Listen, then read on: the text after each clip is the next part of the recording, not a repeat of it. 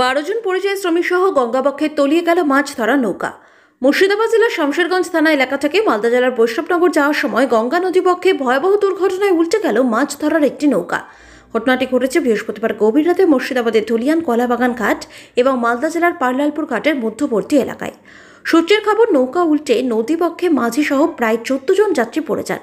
তাদের মধ্যে বেশিরভাগ যাত্রীকে উদ্ধার করা সম্ভব হলেও জাহাঙ্গীর শেখ বয়স 35 নামের এক ব্যক্তিকে বৈষ্ণবনগর থানার বাকরাবাদ এলাকায় এক বাসিন্দার খোঁজ শুক্রবার দুপুর পর্যন্ত পাওয়া যায়নি। শুক্রবার সকাল থেকে মুর্শিদাবাদ এবং মালদা জেলার পুলিশ এবং বিপর্যয় মোকাবিলা দপ্তরের ডুবুরিরা তার সন্ধানে নদীবক্ষে তল্লাশি চালাচ্ছে। শামশেরগঞ্জ থানা সূত্রে জানা গিয়েছে, বৃহস্পতিবার রাত প্রায় 1টা নাগাদ বাঁকুড়া জেলা থেকে কিছু পরিযায়ী শ্রমিক কাজ শেষে নিজেদের বাড়ি মালদা জেলায় ফিরে যাচ্ছিলেন।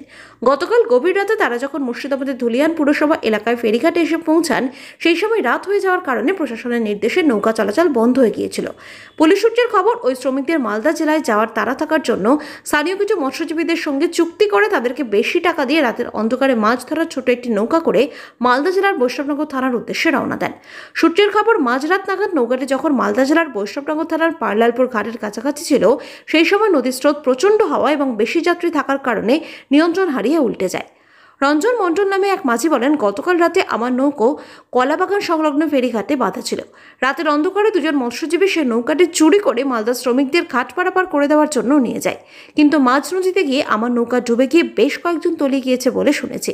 শুক্রবার সকালে অন্য একটি ঘাটে আমার নৌকা খুঁজে পেয়েছি। ইতিমধ্যে গোটা বিষয়টি শামশেরগঞ্জ থানায় জানানো হয়েছে। ঘটনার খবর পাওয়ার পরই বৃহস্পতিবার রাতে বৈষ্ণবনগর এবং শামশেরগঞ্জ থানার পুলিশ এবং বিএসএফ এলাকায় পৌঁছায়। তারাই প্রাথমিকভাবে উদ্ধার কার্য শুরু করে।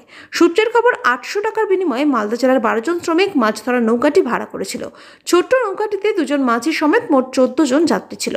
অন্যদিকে রাতের অন্ধকারে বেআইনিভাবে প্রশাসনিক অনুমোদন ছাড়া মাছ ধরা নৌকা নিয়ে যাত্রী পারাপার করানোর অভিযোগে শামশেরগঞ্জ থানার পুলিশ ধুলিয়ান পৌরসভা এলাকার বাসিন্দা 2 মাঝিকে জিজ্ঞাসাবাদের জন্য আটক করেছে।